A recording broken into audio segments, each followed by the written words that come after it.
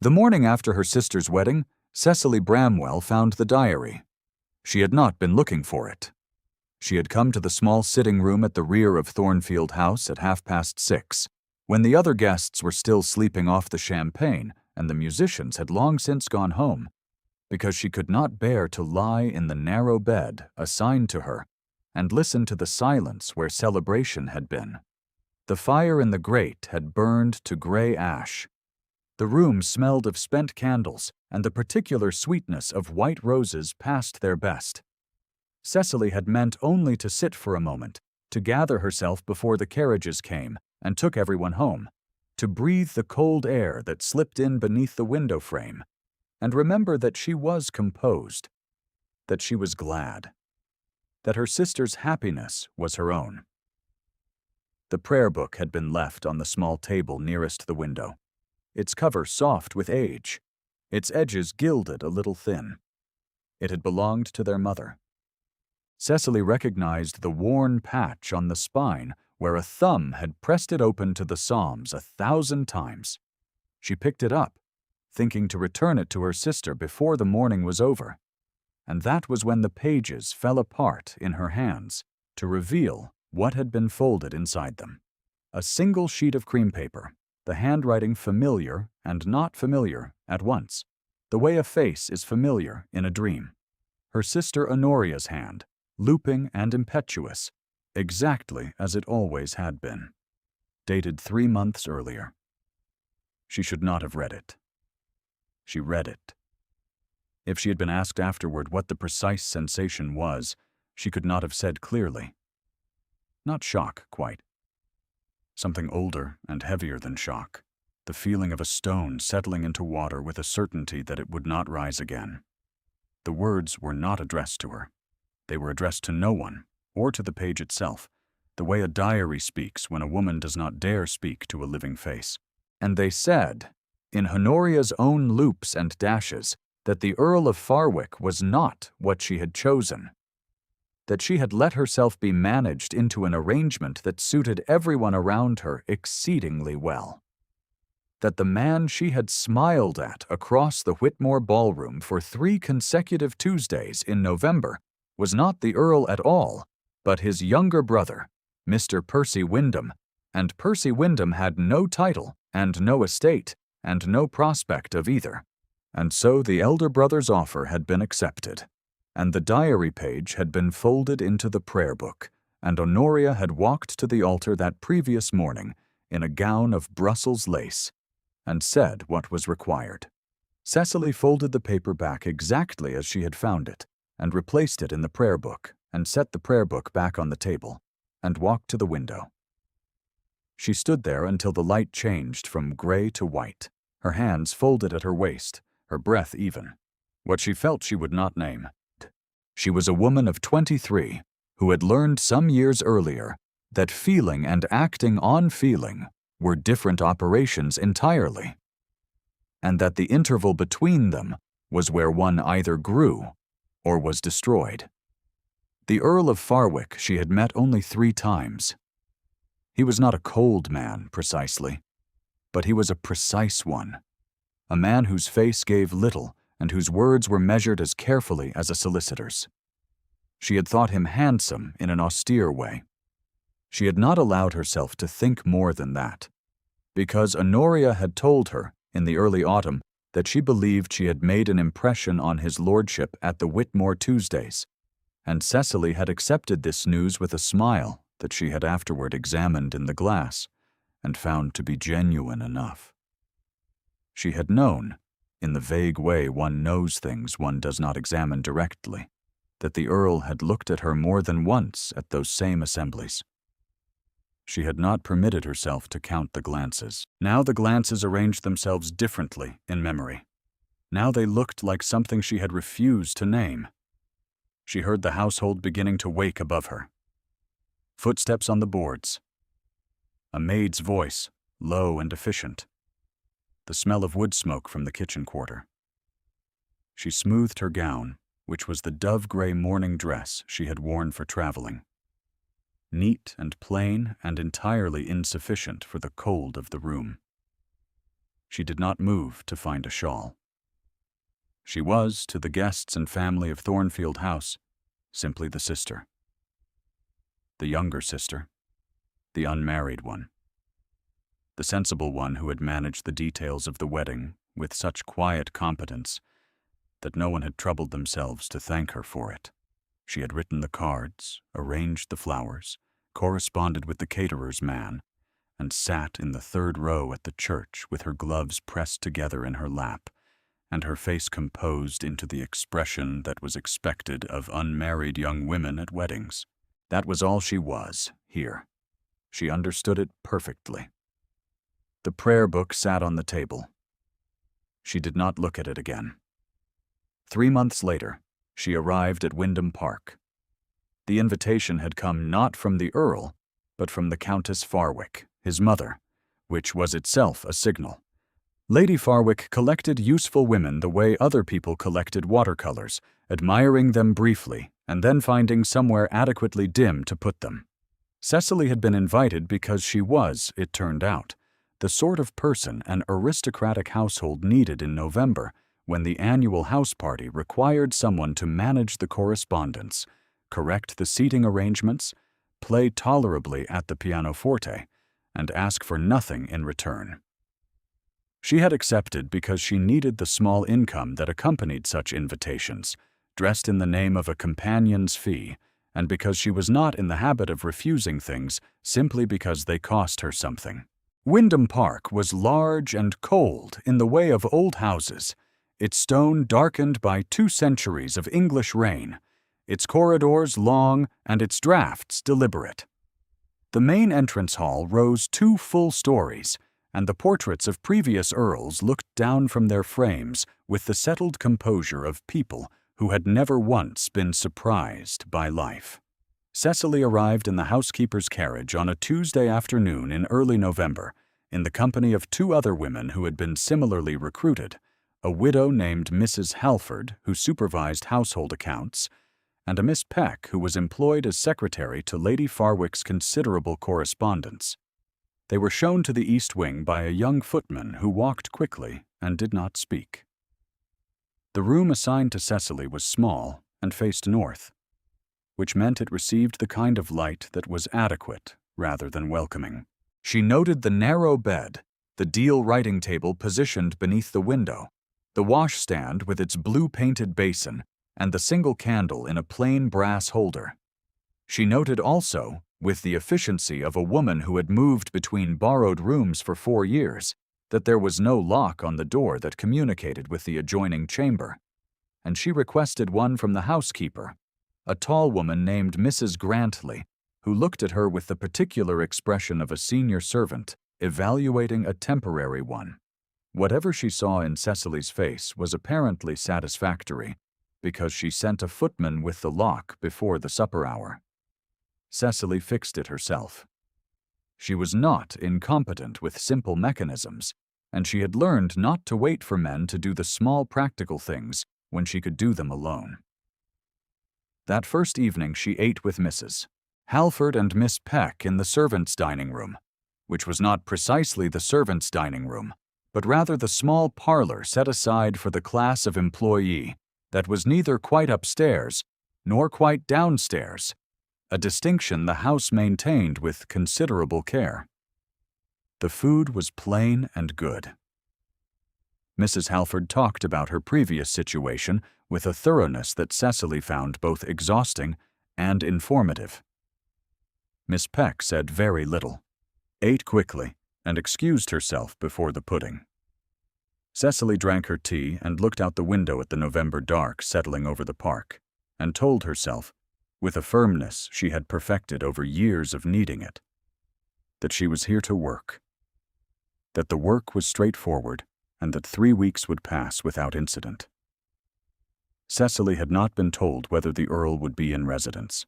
She had assumed he would not be, that the house party was a matter for Lady Farwick to manage in her son's absence, and so when she entered the library on her second morning at Wyndham Park, carrying the list of invited guests that required her attention, and found him standing at the window with a letter in his hand, The jolt of recognition that moved through her chest was entirely contained behind the small dip of her head, and the words, "I beg your pardon, my lord.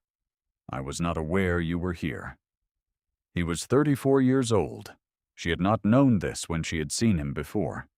She knew it now because Mrs. Halford had mentioned it at breakfast with the particular emphasis women use when they are marking a thing for someone else's attention. He was not tall, precisely, but he stood in a way that made him seem so, his shoulders set squarely, his coat a deep charcoal gray rather than the fashionable blue she had half expected. His hair was dark, cut close at the temples. There was a quality in his face of something that had been very still for a long time, and had not yet remembered that it could move. "Miss Bramwell," he said. He knew her name. She had not expected that either, and the heat that moved briefly across her face at the base of her throat she suppressed with a discipline she did not pause to admire. "Lady Farwick asked me to address the invitation list," she said. "I will return when you have finished."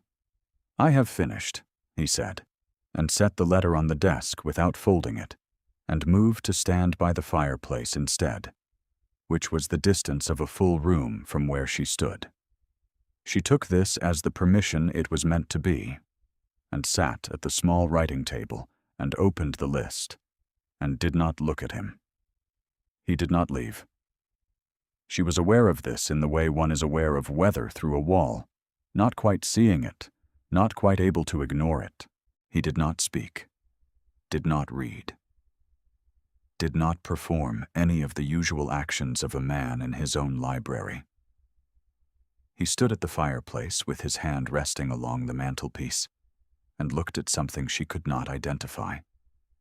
And she addressed envelopes in her clear, upright hand, and neither of them spoke for perhaps 20 minutes. Then he said, "You wrote to the Ashby family in error. They were not to be included this year." She looked up. The Ashby card was on the table in front of her, already addressed. "I was given the list from the previous year," she said. "I will correct it." "The list is in Lady Farwick's desk in the morning room," he said. "The upper left drawer." "Thank you, my lord." He said nothing more. She returned to her work. He remained at the fireplace for another quarter of an hour, and then left without speaking. And she sat for a moment after the door closed and looked at the wall of books across from her, and made herself think of nothing at all. That was how it began. She did not let herself make anything of it. The particular attention he paid to her in a house full of women arranged for his mother's convenience. Men of his station noticed things. It was a habit of rank.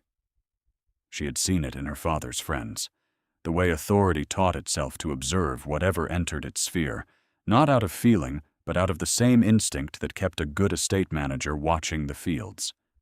She applied this explanation carefully, each time it was needed, which was often enough to occupy her considerable internal discipline. He corrected her once more about the placement of the Sherwood party, and she thanked him and made the change. He crossed the entrance hall behind her on a Thursday when she was carrying a stack of ledgers to the morning room, and said, in passing, "The south corridor is warmer," and she adjusted her route without comment. At dinner, where she sat at the far end of the table with the other working women, she noticed him look toward her once, and she looked down before she could catalogue the quality of the look. Lady Farwick noticed. Of course she did. She was a woman of 60, whose blue eyes were the same shade as her son's, and considerably more mobile, and she had been observing female competitors since the age of 16. She managed her observation with great skill, which is to say it arrived as solicitude. "You must find it rather exhausting," she said to Cecily one afternoon in the morning room, while Miss Peck wrote at the far table and Mrs. Halford reviewed accounts in the corner. "All this managing." Her fan, ivory-handled, described a slow arc in the cool air. "Your sister, I think, had quite a talent for the social arts." It is a pity you were not similarly equipped. Cecily looked up from the seating chart she was revising. I manage well enough, my lady, she said. Of course. You are a most capable woman. Lady Farwick's pause had the weight of a period placed deliberately. Capable women are such a comfort in a household. We could not do without them. Miss Peck's pen did not stop its movement, but Cecily saw the slight stiffening of the woman's shoulders, the involuntary recognition of what had just been said. What had just been said was plain enough. You are staff. You are useful. You are not a candidate for anything else. Cecily folded the seating chart precisely in half. Indeed, she said, and returned to her work, and felt Lady Farwick's satisfaction settle over the room like a cold cloth. It would have been easier if that had been the whole of it. What complicated things was the evening of the 14th, when young Thomas Whitmore, who had come as a guest of Lady Farwick's nephew and had drunk more than was wise at dinner, addressed Cecily in the east drawing-room as she was distributing the evening's music for the pianoforte. Thomas Whitmore was 21 and handsome in the cheerful, forgettable way of young men who have never faced any consequence they could not charm their way out of. And he said, loudly enough for several people nearby to hear, Miss Bramwell, I had forgotten you were here. You are so very quiet, rather like good furniture. One notices you are there only when one is looking for a particular chair. There was a pause, the kind of pause that has a shape to it, the shape of several people deciding whether they heard what they heard, and what to do if they did. Cecily had heard it perfectly. She had felt it in the small bones of her hands, which held the music without trembling. She smiled in the way she had learned to smile, which communicated civility and nothing beyond it, and said, Then I hope I may always be found where I am most needed, and continued distributing the music. She did not look toward the Earl. She did not need to. She felt the quality of stillness that entered the room from the direction of the window where he had been standing, the particular stillness that is not absence, but the opposite. She felt it through the nape of her neck. Thomas Whitmore said nothing further. He had developed, in the space of that still moment, the uncertain expression of a man who has just understood that something in the room is much larger than he had appreciated. He turned to find a glass of wine and did not find his way back to Cecily's part of the room for the remainder of the evening. The music began. Cecily sat in her usual chair near the door and turned the pages for Mrs. Halford, who played with more enthusiasm than accuracy, and she did not glance at the Earl once in the following hour, and she did not permit herself to consider what she had felt from across the room at the moment of Thomas Whitmore's small cruelty. She had been called furniture before, in one form or another. The world had a great many ways of saying it. She was useful, dependable, easily overlooked, present when required, and absent when not. She had learned to receive such assessments without flinching, which was a different skill than receiving them without feeling. And she had mastered the first while making what peace she could with the impossibility of the second. What she had not expected was the Earl. She told herself she did not know what it was. She was not entirely sure she was lying. The letter arrived the following Wednesday. It came from Honoria, and this itself was not unusual. Honoria wrote frequently, in her looping hand, letters full of the small entertainments of her new life. She liked Wyndham Park, she said. The staff were obliging. The county families who called were less interesting than she had hoped, but that was the nature of county families. She had been given a mare called Clover, and she rode every morning when the weather permitted. This letter was not the same as the others. Honoria had seen something in the village that she thought Cecily ought to know. Percy Wyndham, she wrote, with the casual understatement of someone touching a bruise, had called twice in the fortnight prior. He was very attentive. He was also very charming. She was not sure what she thought of it, the letter said, and the 3 dots that followed were the whole of her uncertainty rendered in ink. Cecily sat with this letter for a long time. Percy Wyndham, the younger brother. The one with no title and no estate and no prospect of either. The man Honoria had watched across the Whitmore assemblies in November and had not been permitted to choose. The one who was now calling at Wyndham Park's dower house, where the new Countess Farwick resided with all the correctness that could be required of her. Cecily put the letter in the interior pocket of her traveling case, where she kept the things that required her private attention, and she sat for a moment with her hands flat on the desk and breathed very carefully. And then she took out her pen and wrote a reply that said nothing at all about what she had understood. She had understood it all. Percy Wyndham was not calling because he had discovered a brotherly fondness for the woman his family had managed into his brother's keeping. Percy Wyndham was not reformed. Percy Wyndham was persistent. And Honoria's understatement was not uncertainty. It was a woman signaling that she did not know how to refuse what she had always wanted. This was the shape of the disaster that was forming. Cecily could see it whole, the way one sees a storm from a hill, some time before it arrives. She did not know what to do. She was not, after all, a person with authority here. She was the capable sister, the useful woman, the good furniture that was noticed only when someone required a particular chair. She had no standing with which to intercede. She could write to Honoria and say what she understood, which would change nothing, because what Honoria wanted was not Cecily's counsel, but the thing itself. The man himself. The small happiness she had folded into a prayer book and set aside.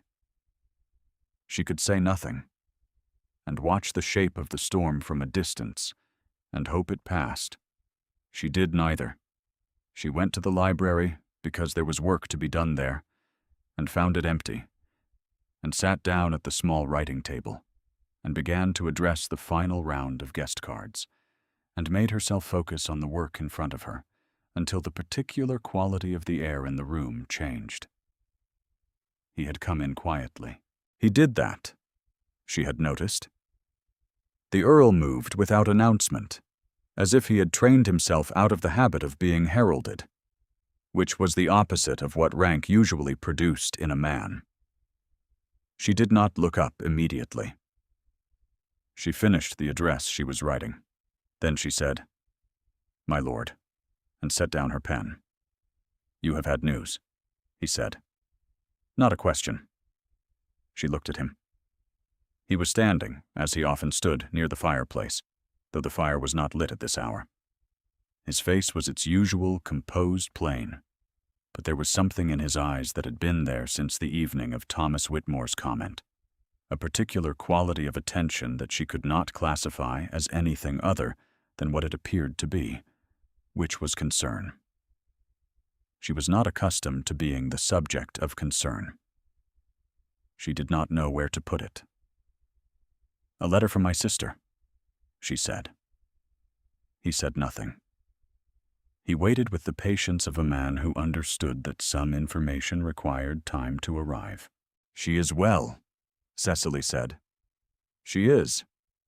And then she stopped, because the next word was settled, and she was not entirely certain she could say it in a level voice. She tried. "Settled," she said.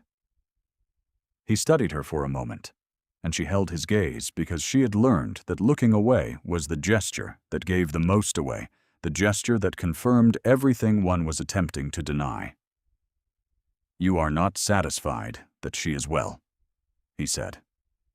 It was very precisely said. Not a challenge. An observation. "I am not in a position to be satisfied or otherwise," she said. "She is not my responsibility. She is your sister." "Yes." The fire in the grate was cold. Outside, the November sky had thickened to a low gray ceiling, and the garden beyond the window showed nothing but bare branches and the distant dark line of the park wall.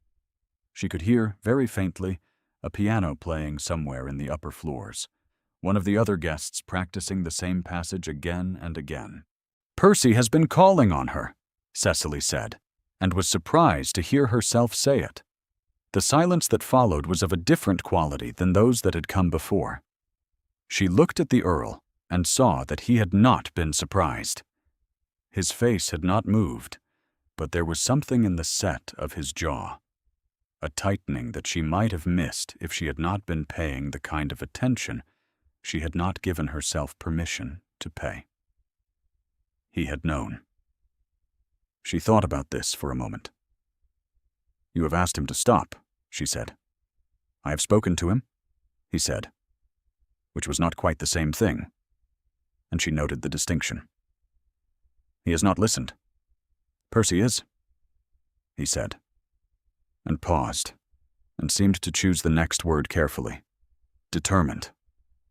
She looked at her hands on the desk. The pen lay across the unfinished card. "And Honoria," she said, "is not inclined to discourage him." He said nothing, which was its own answer.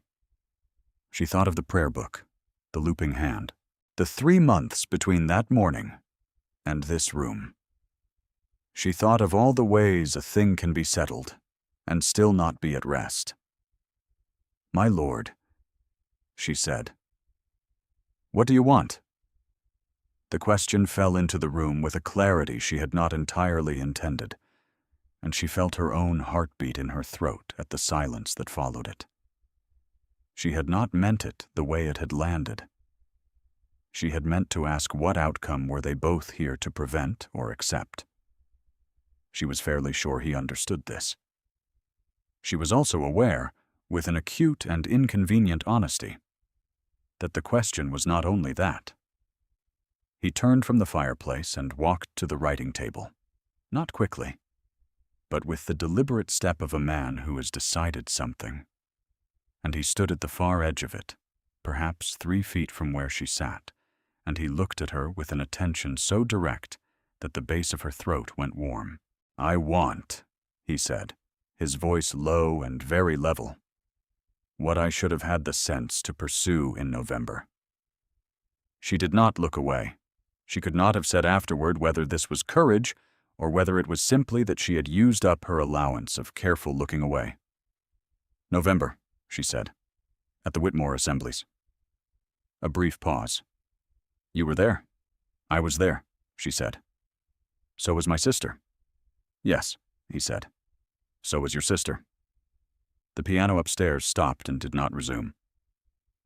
What she was hearing, what she had to be very careful not to hear incorrectly, was a man telling her that he had looked in the wrong direction and made an arrangement that suited every practical consideration and none of the ones that mattered, and that he had known this when he made it, and made it nonetheless, and that the knowing had cost him something specific and daily ever since.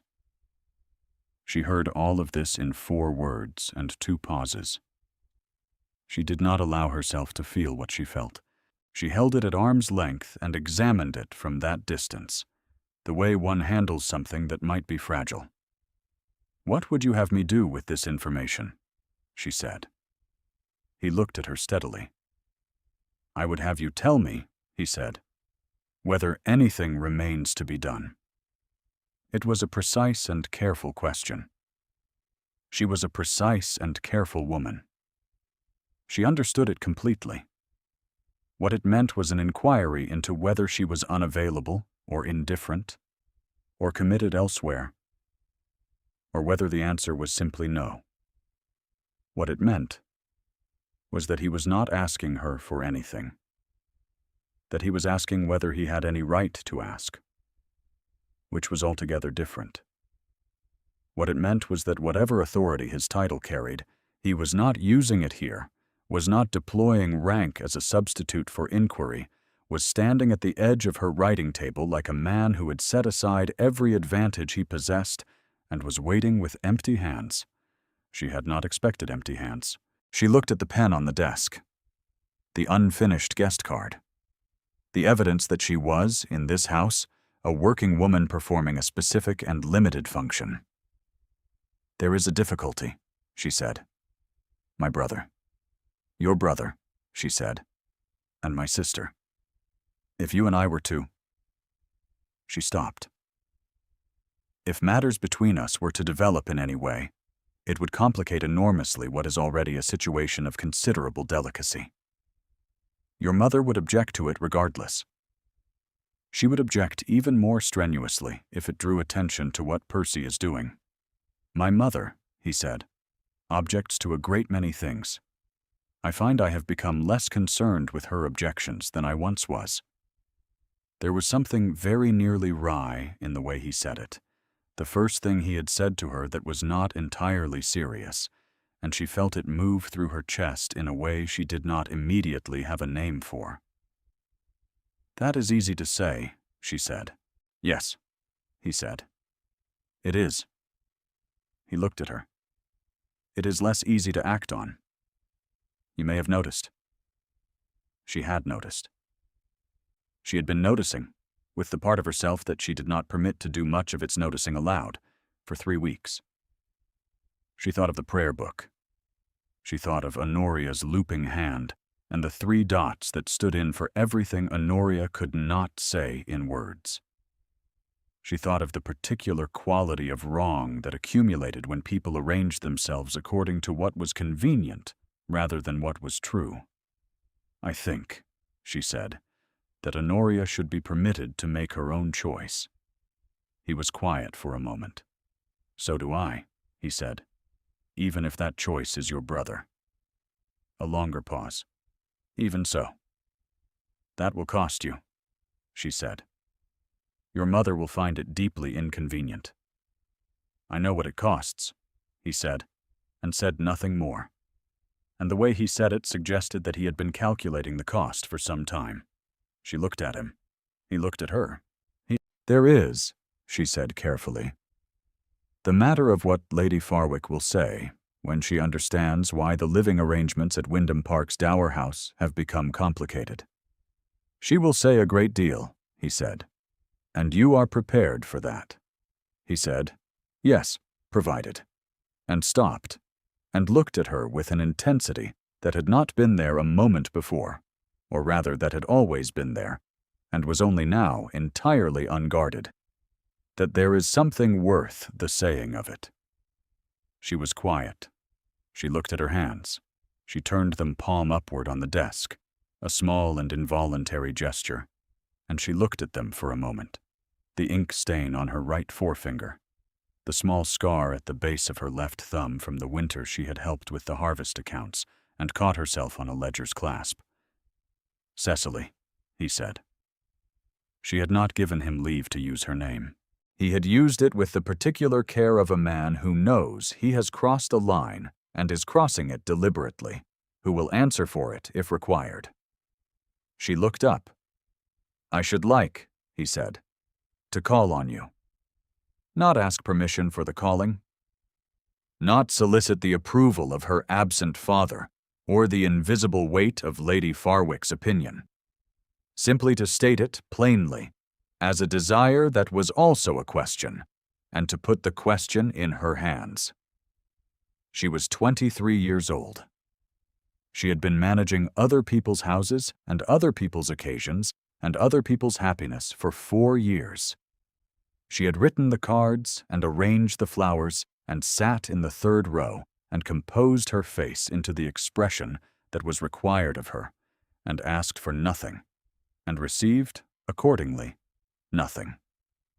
She was very tired of it. I should like that, she said, and heard the steadiness in her own voice, and was grateful for it. The lines in his face shifted. It was not quite a smile.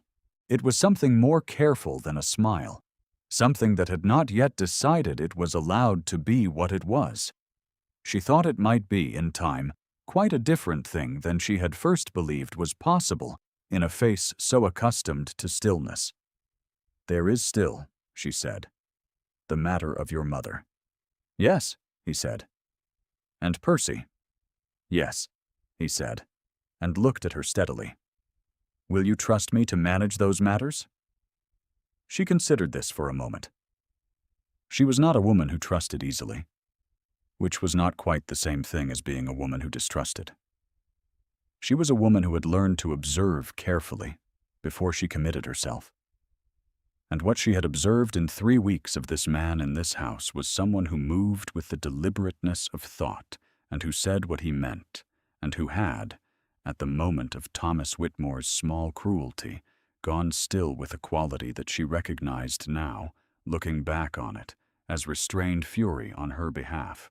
"I think," she said, "that I can trust you to try." He looked at her for a moment, and then he did smile, briefly, the kind of smile that is earned rather than performed, and she felt it like a caught breath. He picked up her pen from the desk and placed it beside the unfinished card. "Finish your work," he said. "I will speak with Percy this afternoon." He left without ceremony, which was what she had come to expect of him, and she sat in the empty library for a moment and put her hands flat on the desk and breathed once, slowly. Then she picked up the pen and finished the card. The business with Percy and Honoria resolved itself over the course of the following fortnight, in the particular way that these matters resolve when the person with authority over them decides to let them be what they are, rather than what is convenient. The Earl spoke to his brother. Percy, who was not a bad man but a single-minded one, came away from the conversation looking shaken, and then, gradually, grateful.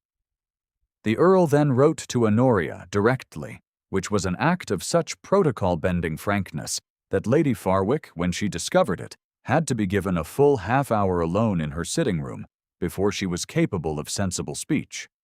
What the letter said, Cecily was not told. What Honoria wrote in reply, she did not share until much later.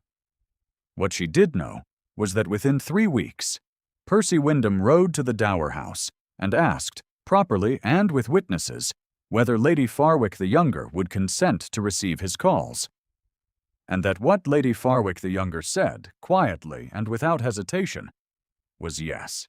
The season's reckoning came at the house party's final gathering, a dinner at which Lady Farwick the Elder arranged herself at the head of the table like a woman prepared for battle, and watched her elder son seat Cecily Bramwell at his right hand, with an expression that moved through several precise stages of displeasure, before arriving, with visible effort, at something that was not quite acceptance, but was at least its outline.